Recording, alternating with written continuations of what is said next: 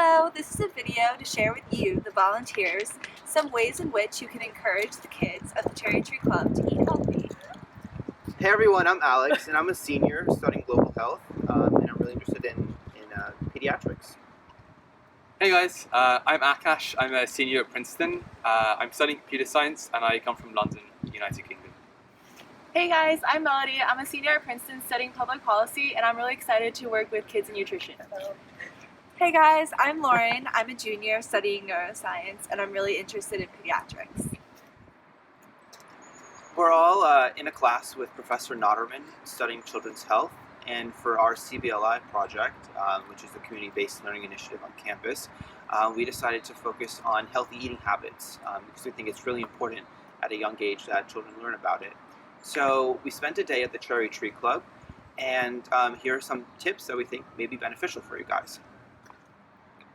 So here are some observations we have from our time at the Cherry Tree Club.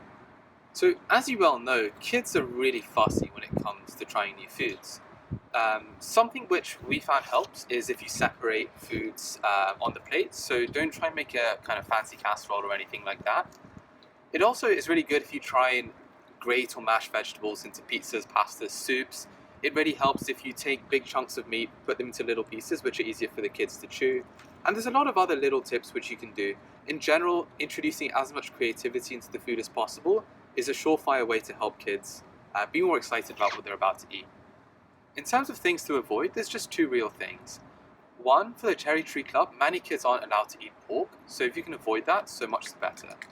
The second thing is try not to put too much salt or butter into their food, because it's a really unhealthy food stuff to have too much of, and if you can avoid it and still preserve flavor, that's really great and will be appreciated by the kids later on. Good. So some background information on what the pediatric community thinks are some good tips in order to encourage kids to eat healthy include, first, remaining calm. Don't try to enforce some kind of recipe that they may not like. And so it's really good to try to get them involved in the meal preparation process and trying to see, how engaged they can be over there. Also, it's really recommended to use community outreach centers, for instance, like churches or preschools that kids are very familiar with already, because that really facilitates their ability to learn more about healthy eating habits. So a lot of the food at the Cherry Tree Club is provided by donors or bought by the staff and the volunteers. So here's a list of foods that we recommend that you buy for healthy eating in children. For grains, it's recommended that you buy whole grains or multigrain bread, sugars or cereals with low sugars, and quinoa. For vegetables, it's recommended that you buy fresh vegetables, but that's not an option. Canned peas and canned corn are great.